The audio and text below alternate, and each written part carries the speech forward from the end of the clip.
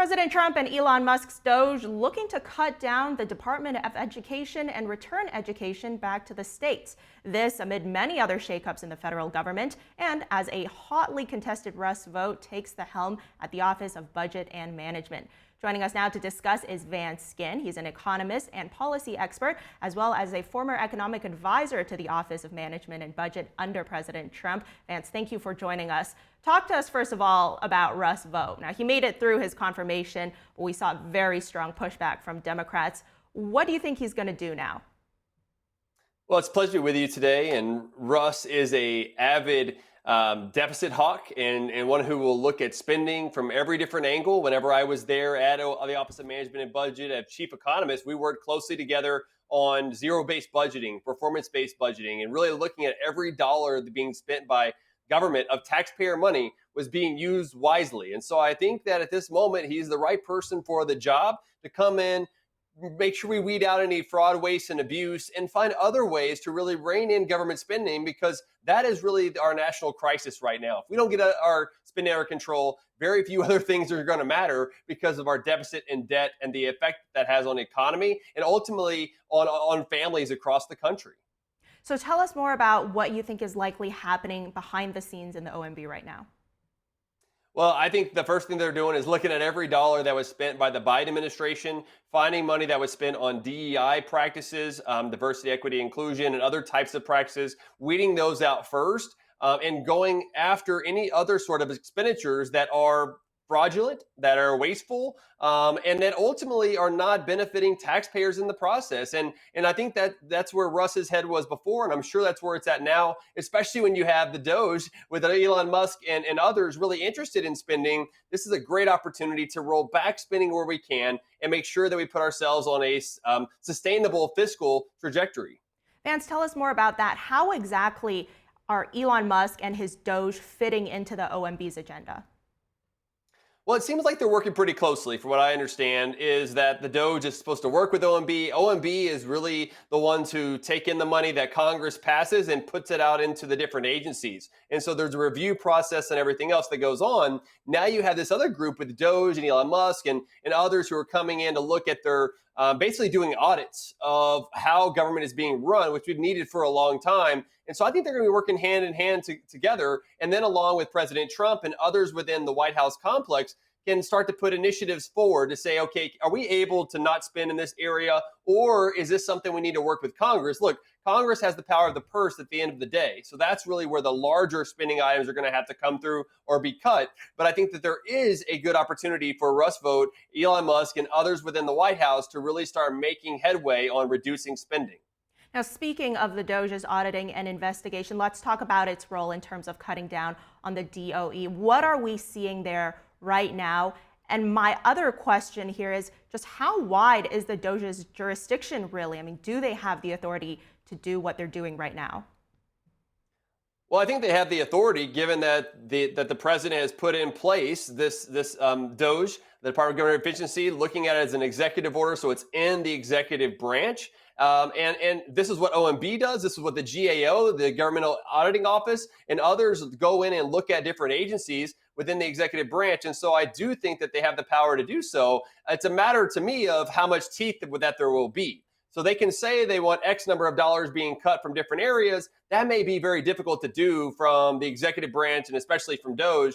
And so that's going to be up to Congress to really make those cuts. And I think that's where President Trump can use the bully pulpit to say, you know what, I'm not going to pass any other bills or sign any other bills, I should say, until you start to make these cuts and start to rein in regulations and other things that the Doge is proposing and that OMB and Russ vote are also pushing forward. I think that could be a trifecta that will allow us to rein in this excessive government spending going on at the federal level. And we're certainly already seeing that reining in happening with the Department of Education. We even saw Trump telling his education secretary pick, Linda McMahon, to put herself out of a job. So tell us, Vance, what do you see happening with the education system right now if it keeps going down the path that Trump wants it to go down? Well, the first thing I would say is we've been spending billions of dollars on education at the federal level and at the state level too, and we are seeing declining scores.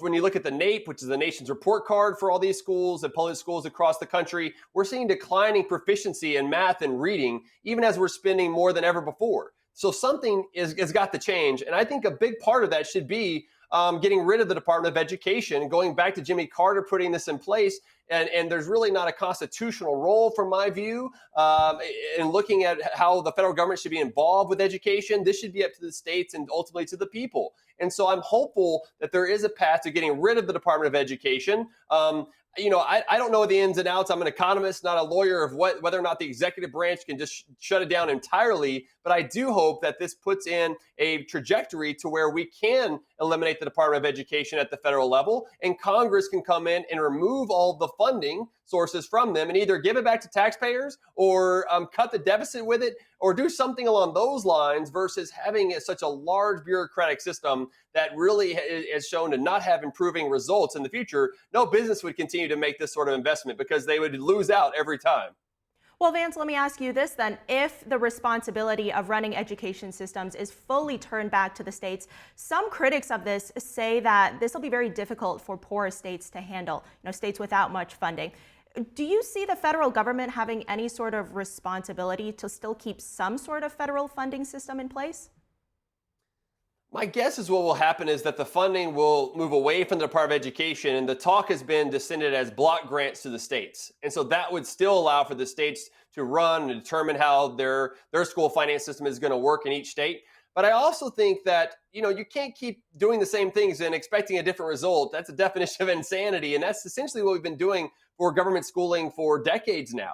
I really think this is also a big part of having school choice, education savings accounts. So that way, if it's a lower income state or a higher income state, it shouldn't matter for the kids who each have a unique, they have a unique skill set, and ways of teaching them is all unique. So I don't think a blanket one size fits all approach from a government school system really works. We should be breaking up that monopoly and instead have competition. And so that can also happen through these block grants that could happen from the federal level to the states to send it out into education savings accounts and revolutionize the system. Because I really think that, school choice and education are the civil rights movement of our time. That's really the way that people can move up out of poverty and everything else. And so let's start that process now and stop waiting around.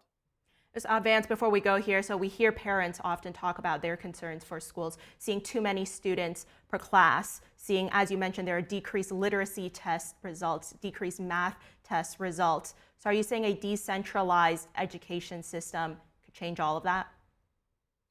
I believe so. I mean, the research that I've seen, that I've done over time, it says that not only when you break up a government school monopoly and allow for education savings accounts, which just means that you can choose your public school, private school, homeschool, whatever type of schooling you want, but allow for the parents to decide where their kids are going, that allows for competition. And allows for innovation and new techniques to come out that allows for kids to be able to improve their education over time. And by the way, this also breaks up the monopsony situation on the other side of the market for teachers. Quality teachers should be paid much more than they are today. And they're not, because of this monopsony situation to where the government is the one that's the main consumer of their teaching services. And so if you allow for more competition for public schools, homeschools, and everything else in private schools, then you really see that those teachers can make the market-based wage that they should get versus what are the salary schedules that are set in place by a top-down government. And so I really believe that school choice is the direction that we should be going. And hopefully the Department of Education can get out of the way, and the bureaucratic nonsense can also get out of the way as well. Absolutely. I think it's really important to keep the teachers in mind. Sometimes a good teacher can really make or break a student's future. Vance Ginn, thank you for joining us today. Thank you so much.